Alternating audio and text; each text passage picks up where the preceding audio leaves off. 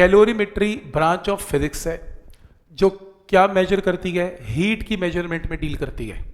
कितनी हीट आई, कितनी हीट गई, ये कैलोरीमेट्री है। आपने कैलोरीमीटर सुना भी होगा केमिस्ट्री में, पेपर में आता है राइट प्रिंसिपल ऑफ कैलोरीमेट्री, लिख लो स्कूल के लिए important. Right principal of calorimetry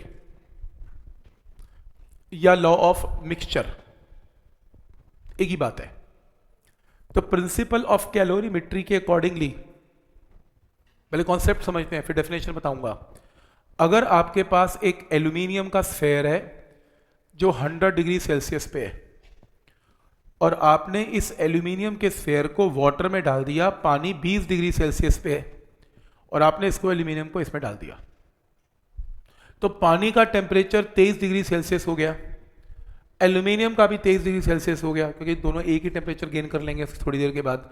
तो एल्यूमिनियम टेम्परेचर डाउन कर गया और पानी टेम्परेचर अप कर गया। तो एल्यूमिनियम ने हीट लॉस की, पानी ने हीट गेन की। तो और एज्यूमिंग की सराउंडिंग में कोई हीट लॉस नहीं है, तो heat lost by aluminium is heat gained by water. तो ये है principle of calorimetry, energy conservation. ये देखो, principle of calorimetry states that heat gained by cold body must be equal to heat lost by hot body. तो hot body जो heat देगी, cold body वो heat लेगी, प्रोवाइडेड कोई surrounding के अंदर हीट एक्सचेंज नहीं होनी चाहिए, सराउंडिंग में हीट लॉस ना हो। तो heat gained is equal to heat lost, ये है प्रिंसिपल ऑफ कैलोरीमेट्री। ठीक है यहां तक? तो कैसे काम करेगी कैलोरीमेट्री, क्लियर है यहां तक? तो गर्म बॉडी हीट देगी, ठंडी बॉडी हीट लेगी। तो गर्म बॉडी जितनी हीट देगी, ठंडी बॉडी उतनी हीट लेगी, और लेना और देना बराबर, एनर्जी बराबर। नेक्स्ट है चेंज ऑफ स्टेट। ये सबको मालूम है कि state of matter, 3 states of matter होती हैं, सॉलिड, लिक्विड और गैस।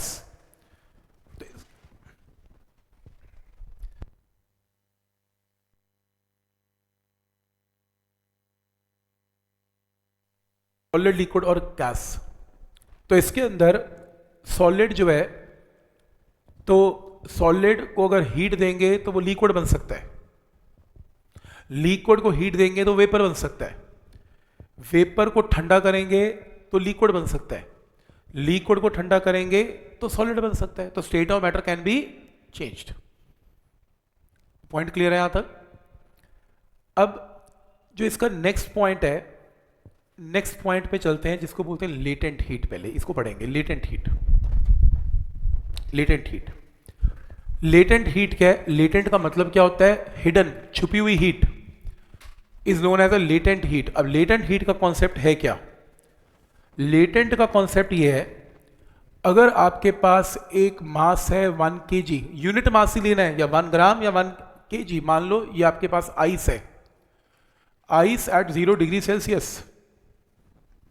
आपने हीट दी और आपने 1 kg का क्या बना दिया?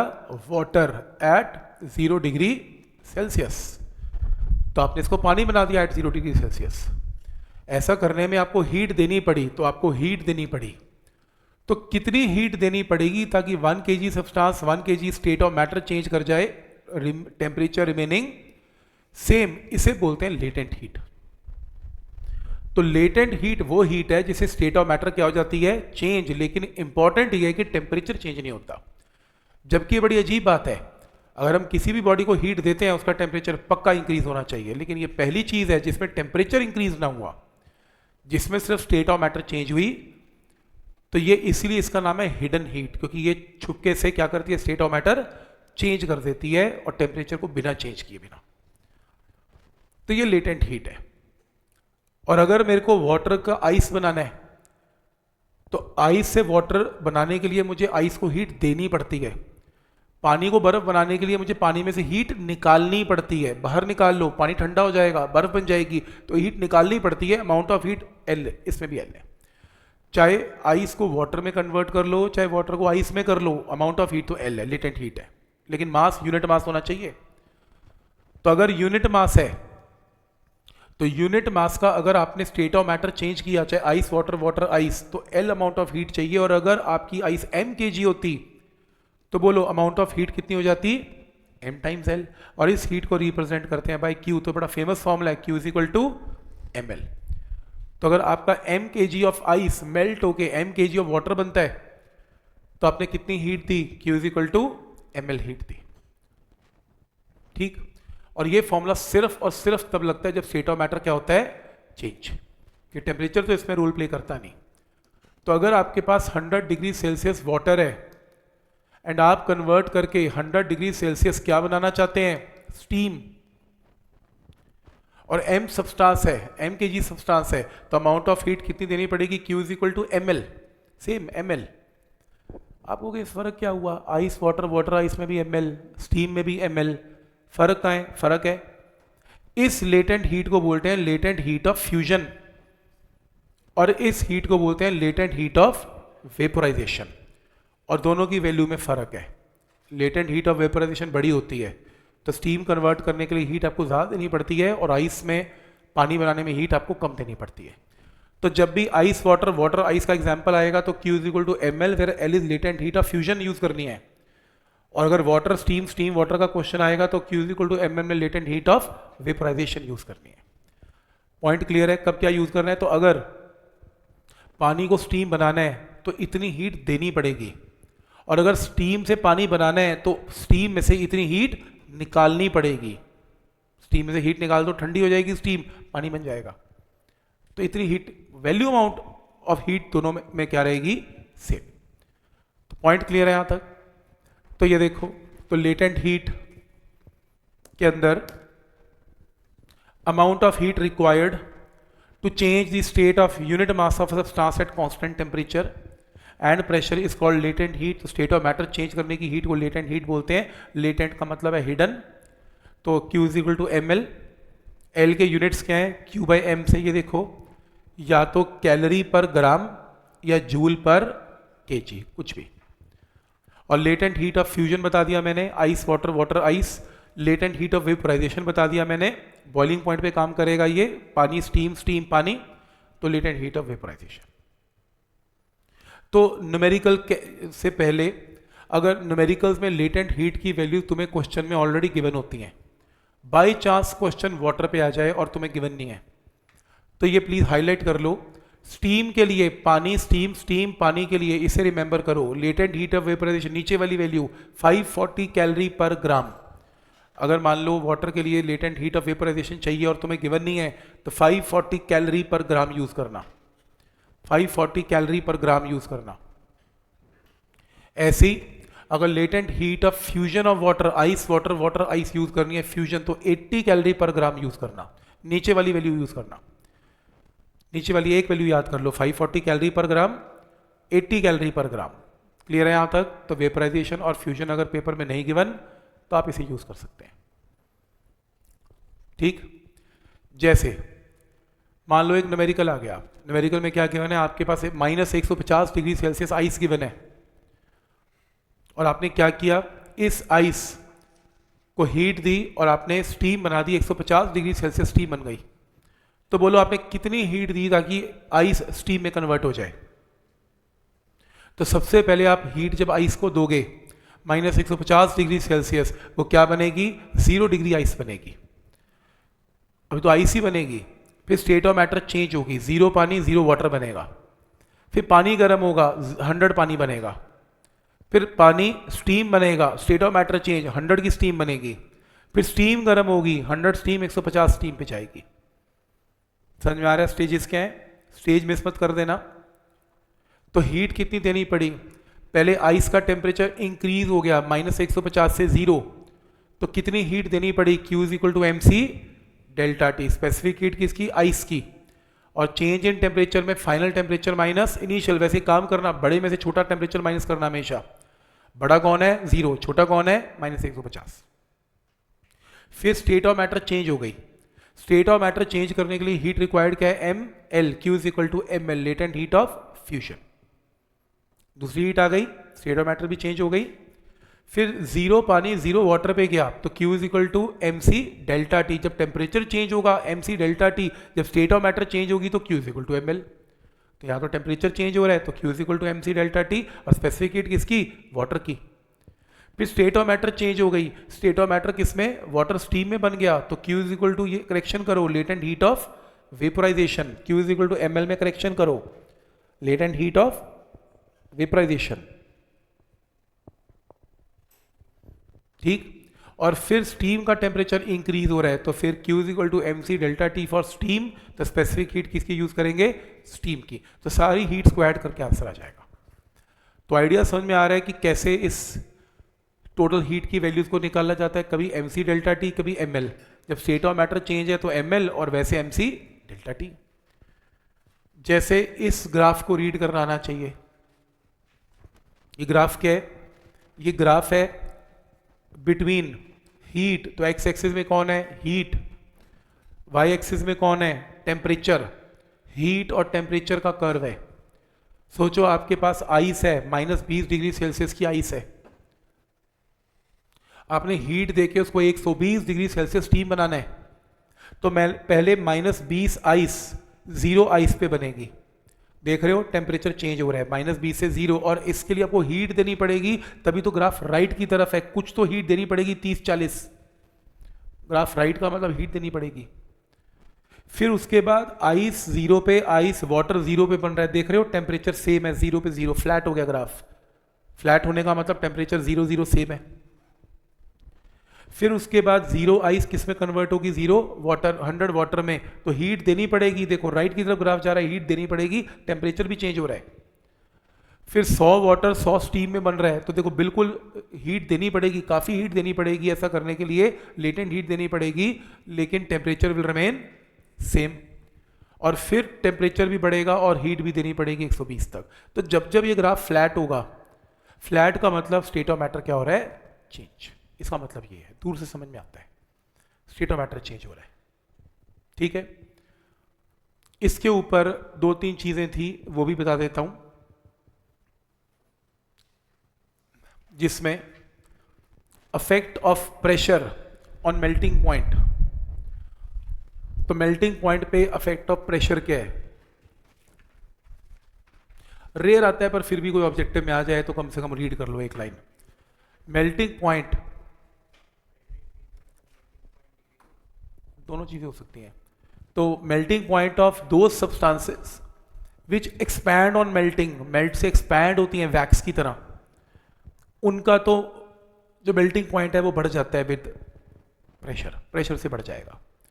और जो चीजें कॉन्ट्रैक्ट होती हैं विद मेल्टिंग, कॉन्ट्रैक्ट है, छोटी हो जाती हैं, तो उनका मेल्टिंग पॉइंट डिक्रीज हो जाता है विद प्रेशर। ये फैक्ट याद कर लेना, किसका इंक्रीज किसका डिक्रीज, काम आ गया तो ठीक, नहीं तो कोई बात नहीं। नेक्स्ट है, ये इंपॉर्टेंट है, पहले ये वाला करते हैं। ये रहा, इसे इंपॉर्टेंट मार्क करो। Affect of pressure on boiling point. Boiling point के ऊपर क्या अफेक्ट है, boiling point of liquid increases with increase in pressure, pressure बढ़ने से बॉइलिंग पॉइंट बढ़ जाता है। इसके 2 एग्जांपल्स हैं। कुकिंग डिफिकल्ट है माउंटेन्स में, पहाड़ों में खाना पकाना बड़ा मुश्किल है। कैसे, बहुत टाइम लेता है खाना बनने में। कैसे, दो पहाड़ है उस पर प्रेशर गिर जाता है, डिक्रीज हो जाता है पहाड़ों पे।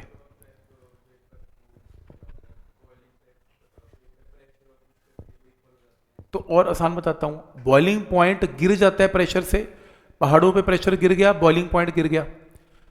तो पानी का बॉइलिंग पॉइंट होता क्या है, नॉर्मल 100 पे पानी एकदम सही काम करता है, उबल जाता है, लेकिन पहाड़ों पे 90 हो गया। अब पहाड़ों पे खाना बनाओ, अब बॉइलिंग पॉइंट क्या हो गया, 90 डिग्रीज हो गया पहाड़ों पे गिर के। तो पहाड़ में 90 डिग्री पे बॉइलिंग पॉइंट अचीव हो गया, ठीक है, पानी ठीक है उबल गया 90 डिग्री पर। सब्जी तो यार 100 पे ठीक बनती है ना, वो तो सही तरीके से मैगी खानी है, मैगी तो सही कच्ची रह जाएगी, 100 नहीं पहुंचेगी, तो 90 पे कौन खाएगा। तो अब उसको 100 पे पहुंचे कैसे, क्योंकि बॉइलिंग पॉइंट ही 90 है वहां, तो प्रेशर गिरने से बॉइलिंग पॉइंट जल्दी उबल गई। अब उसको बॉइलिंग पॉइंट से भी ऊपर लेके जाना पड़ेगा। अब ये मुश्किल काम है। बॉइलिंग पॉइंट तक तो इट्स ओके, उसके बाद तो वो स्टीम बननी भी स्टार्ट हो जाती है। बॉइलिंग पॉइंट क्रॉस हो गया तो स्टीम बननी स्टेट ऑफ मैटर भी चेंज हो जाता है। तो इस वजह से उसका बॉइलिंग पॉइंट अचीव करना बहुत मुश्किल हो जाता है, बहुत टाइम लगता है, उसको उबालते रहो उबालते रहो उबालते रहो उबालते रहो, इसलिए टाइम लग जाता है। बॉइलिंग पॉइंट 100 पे पहुंचना बहुत मुश्किल है, 90 पे तो फटाफट पहुंच ही जाता है। तो बॉइलिंग पॉइंट का मतलब कि पानी कब पूरी तरह उबलेगा। यहां पर तो 100 है, तो 100 तक तो उबलता रहेगा, पर जिसका बॉइलिंग पॉइंट ही पहले आ गया 90 पे अचीव हो गया, अब 100 पे तो वो पहुंचेगा ही नहीं, वो तो 90 पे उबलना शुरू हो जाएगा। लेकिन 90 पे चीज़ बननी नहीं है, बननी 100 पे है, टेम्परेचर तो पूरा चाहिए उसे पकने के लिए। तो जिस वजह से वो 100 पे जाने के लिए बहुत टाइम लेने वाला है, उसमें से कुछ पानी उड़ भी जाना है बॉइलिंग पॉइंट के ऊपर, जिस वजह से वो टाइम लेगा। प्रेशर कुकर का एग्जांपल लेते हैं। प्रेशर कुकर में चीज़ें जल्दी बन जाती हैं, क्योंकि प्रेशर कुकर प्रेशर बनाता है, प्रेशर ज़्यादा करने से बॉइलिंग पॉइंट बढ़ जाता है। 105 हो गया बॉइलिंग पॉइंट। अब जब तक बॉइलिंग पॉइंट नहीं आएगा पानी उबलता रहेगा, बीच में 100 भी आ गया, क्योंकि 100 देखो कुकर को 120 तक बॉइलिंग पॉइंट लेके जाना है मान लो। अब कुकर जो है एक बॉइलिंग पॉइंट को प्रेशर बना के 120 तक ले जाएगा बॉइलिंग पॉइंट, तो 120 तक तो पानी उबलता रहेगा। 120 में पहले 100 भी आएगा, तो खाना तो जल्दी पक गया ना, 120 से पहले ही पक गया, उल्टा 100 पे तो खाना पक ही जाएगा, इतने में बिसल बच जाएगी, भाई खाना तैयार है। क्योंकि वहाँ उसने तो 120 तक लेके जाना है, बॉइलिंग पॉइंट 120 तक, पानी 120 तक उबलेगा, कोई भाप नहीं बनने वाली, कोई स्टीम नहीं बनने वाली, तो 120 तक तो उबलेगा। तो बीच में 100 भी आएगा तो 100 बहुत जल्दी आ जाएगा उसके लिए, इसलिए कुकर में चीज़ें जल्दी बन जाती हैं। प्रेशर करने से बॉइलिंग पॉइंट बढ़ जाता है, लेकिन हमारा बॉइलिंग पॉइंट अगर 120 हो गया और हमारा जो पानी है वो 100 पे भी काम करता है, तो 100 तो बहुत जल्दी अचीव कर ही देगा कुकर, क्योंकि वो तो 120 करने को तैयार बैठा है, हमें तो सिर्फ 100 ही चाहिए, तो इसलिए खाना थोड़ा जल्दी पक जाएगा। तो ये इसका एग्जाम्पल है। और लास्ट है इफेक्ट ऑफ प्रेशर और फ्रीजिंग पॉइंट ऑफ आइस। अपने जनरल नॉलेज के लिए पढ़ना है तो पढ़ लेना, वैसे इसके ऊपर क्वेश्चन नहीं आया आज तक। डेफिनेशन है pressure on freezing point of ice, जिसको रेगुलेशन बोलते हैं। बेसिकली ये प्रोसेस क्या है, आपका जो बर्फ पड़ी हुई है, टायर निकल गया उसके ऊपर, टायर ने प्रेशर बना दिया, टायर के प्रेशर बढ़ने से बर्फ पिघल गई, मुट्ठी में पकड़ लो बर्फ पिघल जाएगी, खोल दो टायर निकल गया बर्फ में से, वो फिर बर्फ बन गई, पहले पिघली गीली हो गई फिर बर्फ बन गई। ये जो रिवर्स प्रोसेस हुआ, इस प्रोसेस को रेगुलेशन बोलते हैं। कुछ नहीं है, लिया ही नहीं हमने, एनर्जी लॉस तो लेते ही नहीं हम इसमें सराउंडिंग में, ठीक। तो ये पूरे फिनोमेनाज हैं जो इसमें काम करते हैं, तो इसके ऊपर आता नहीं है क्वेश्चन, कोई टेंशन नहीं है, मतलब छोड़ भी सकते हैं, ऐसा कुछ नहीं है। तो इसके बेस पे एक एग्जाम्पल है, देखो क्या एग्जाम्पल है।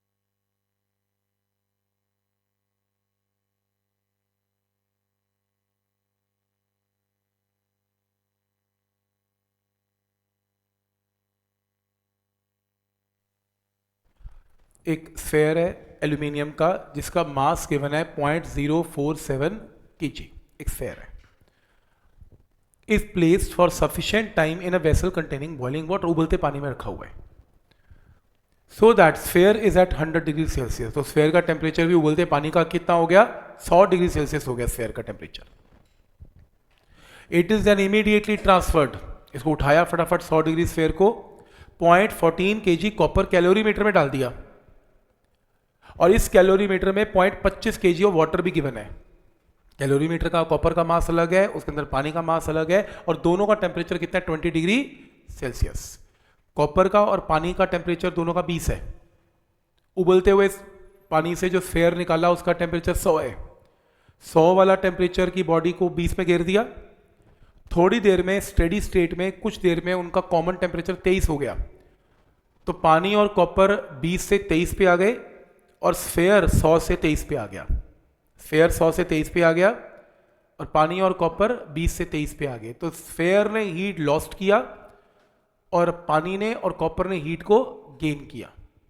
आपको बताना है specific heat capacity of aluminium बतानी है और कॉपर की आपको गिवन है। तो लॉजिक क्या है? लॉजिक ये है, एल्यूमिनियम है 100 डिग्री सेल्सियस पे, कॉपर कैलोरीमीटर है 20 डिग्री सेल्सियस पे। एल्यूमिनियम कॉपर में जाएगा तो कॉमन टेम्परेचर कितना हो जाएगा? 23 हो जाएगा। तो एल्यूमिनियम हीट क्या करेगा? लॉस्ट करेगा। करेक्शन कर लेना, हीट लॉस्ट बाय एल्यूमिनियम कर लेना प्लीज। यहां पर aluminium heat lost by aluminium,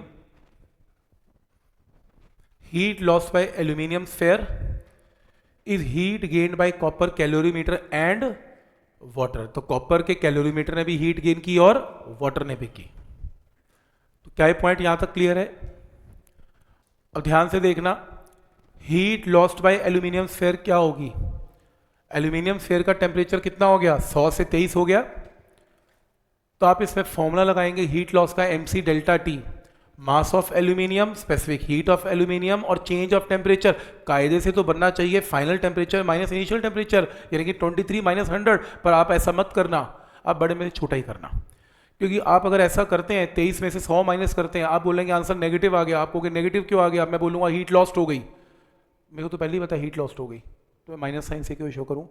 तो मैं मैग्नीट्यूड ही लूँगा हीट लॉस्ट का, तो मैं सिंपल बड़े में से छोटा टेम्परेचर ही माइनस करूंगा, नहीं तो माइनस कंफ्यूजन क्रिएट करेगा आपको। और ऐसी हीट गेन्ड बाय कॉपर क्या है? Mass of copper, specific heat of copper और चेंज ऑफ टेम्परेचर कितना है? 20 से 23 हो गया, 23 माइनस 20। और पानी का टेम्परेचर भी इंक्रीज हो गया, mass of water, specific heat of water और राइज इन टेम्परेचर वाटर का कितना है? 23 माइनस 20। तो this is heat gained by water and calorimeter and this is heat lost by aluminium. अब एक एक करके वैल्यूज पुट करने वाले हैं। एक एक करके वैल्यूज कैसे? एल्यूमिनियम का मास गिवन है, यूनिट साथ रखना कंफ्यूजन के लिए, कभी केजी, कभी कैलोरी, कभी जूल चेंज करता रहेगा, तो मैंने जान के केजी लिखा। स्पेसिफिक हीट एल्यूमिनियम की मुझे निकालनी है, mass of copper KG, right, KG KG match कर गया, सही गिवन है। स्पेसिफिक हीट ऑफ कॉपर मुझे गिवन है जूल पर केजी, जूल पर केजी, सही है, इसमें कोई प्रॉब्लम नहीं है। जूल पर केजी, केजी केजी ओके, ऐसा है। नेक्स्ट, वाटर का मास मुझे पता है, स्पेसिफिक हीट वाटर की, अब ध्यान से, जो पानी की स्पेसिफिक हीट होती है, वाटर की जो स्पेसिफिक हीट है वो लिखनी है, लिख लो, ये कभी नहीं गिवन होगी, ये याद करनी है, 1 कैलोरी पर ग्राम पर डिग्री सेल्सियस। पानी की specific heat by default 1 calorie पर ग्राम पर डिग्री सेल्सियस। पर प्रॉब्लम है कि मेरे न्यूमेरिकल में सब कुछ ऐसा ही चल रहा है, जूल पर केजी। तो एक काम करते हैं, 4.2 से मल्टीप्लाई करते हैं तो कैलोरी किस में कन्वर्ट हो जाएगा? जूल में। और लास्ट में 4.2 जूल ग्राम को केजी में कन्वर्ट करते हैं तो आपके पास आंसर आएगा 4.2 इंटू 10 की पावर 3 जूल पर केजी पर डिग्री सेल्सियस, यानी कि 42 जूल पर केजी पर डिग्री सेल्सियस। तो क्या, हाँ 4186 एग्जैक्ट है, तो अप्रोक्सीमेटली 4200 पुट कर ही लेते हैं। तो अगर तो कैलोरी पर ग्राम में पुट करना है तो 1 पुट करना, लेकिन हमारा क्वेश्चन जूल केजी में चल रहा है तो फिर 4200 पुट करना। क्लियर है? और ये गिवन नहीं होता, ये तो बाय डिफॉल्ट आपको पता होना चाहिए, ये 4200 पुट करना है या 1 पुट करना है।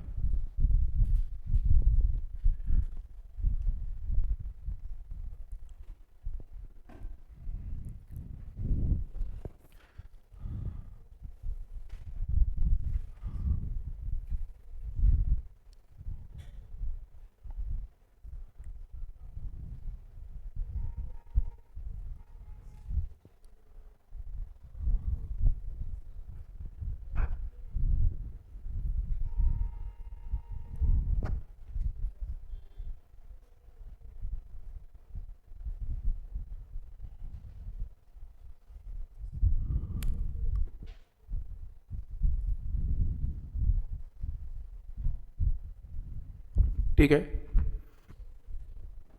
तो ये देखो यहाँ पे लिखा भी हुआ है, वैसे मैंने यहाँ पे सारा ये रहा लिखा भी हुआ है।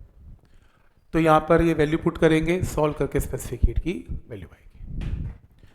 तो पॉइंट सबको क्लियर है कि स्पेसिफिक हीट कैसे काम करती है इसमें।